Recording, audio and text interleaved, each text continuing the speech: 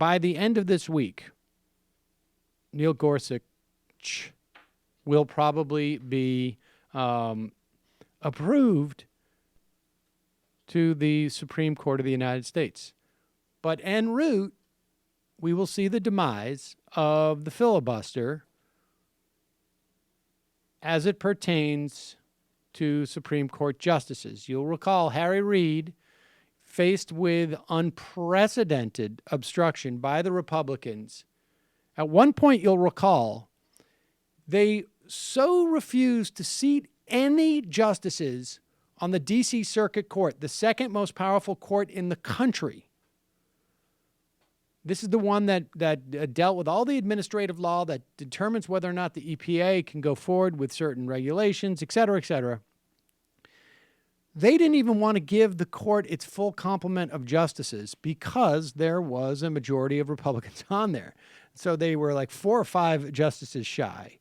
And at that point, the Democrats, they had been kicked around, slapped around for so long that they finally said, okay, we're done with the filibuster when it comes to courts that are subsidiary to the Supreme Court.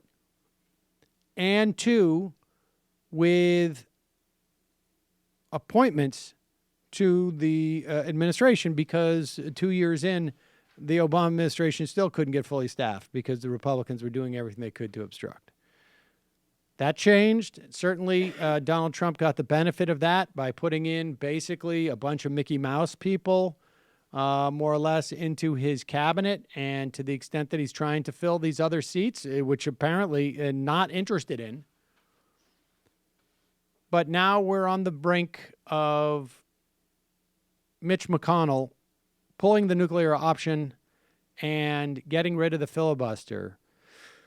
Last night, Jeff Merkley held the floor of the Senate overnight to oppose Neil Gorsuch. Let's hear from him. This is a compilation. The majority team in this chamber decided to steal a Supreme Court seat. Again, such a theft never, ever has happened in the history of our nation. The majority said, we intend to pack the court of the United States of America. There was no principle to the position. It was a warfare tactic of partisanship to pack the court.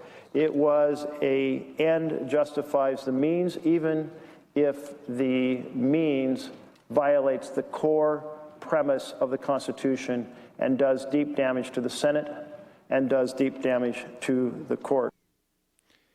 So they have now reached the filibuster threshold. I think we still may have a couple of votes extant.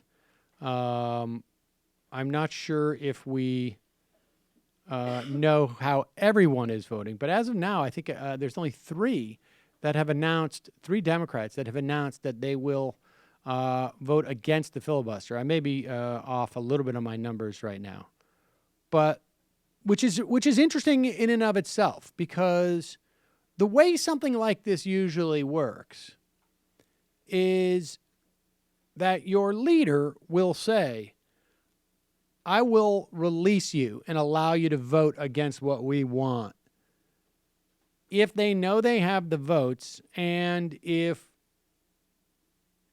a particular senator or congressperson feels that this would put them in jeopardy for a reelect, that it's contrary to what their voters want.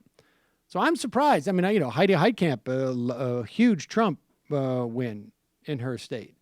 Joe Manchin, same thing. I mean, I don't particularly appreciate these people as Democrats, but I'm not terribly surprised.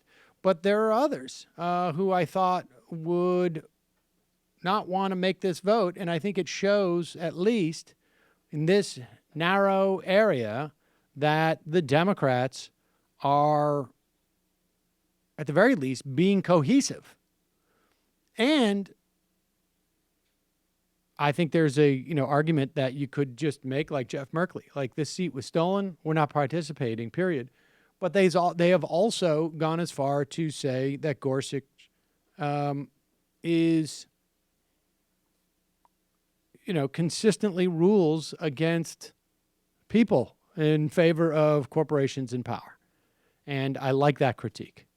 So we will know. The vote is scheduled, I think, right now for Friday. And I bet it's going to be Friday evening because they've got to get out of town, I think, at the end of the week. Hey, folks, Sam Seder here. Donald Trump can kiss all of our asses. And one way he can is by you subscribing to this channel. I don't know how that works.